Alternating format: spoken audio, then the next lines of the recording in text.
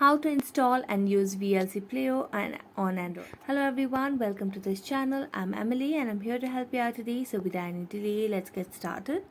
So first of all, go to the Play Store application on your device and on the search bar, just search for VLC Player over here.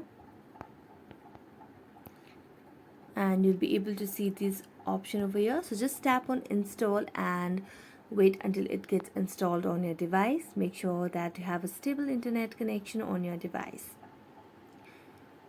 So since it's getting installed, we just have to wait for a while until it gets installed. So just tap on open. So right now it's going for the security scan over here. Then tap on open and it will land you to the home page of VLC Player.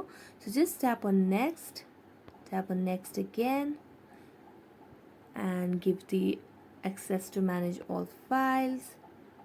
Then tap on next again and done.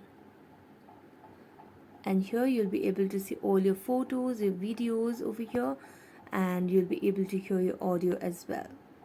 So thank you so much for watching this video. If you enjoyed watching it, don't forget to like, subscribe and hit the bell notification for more updates. That's it for today. See you next time.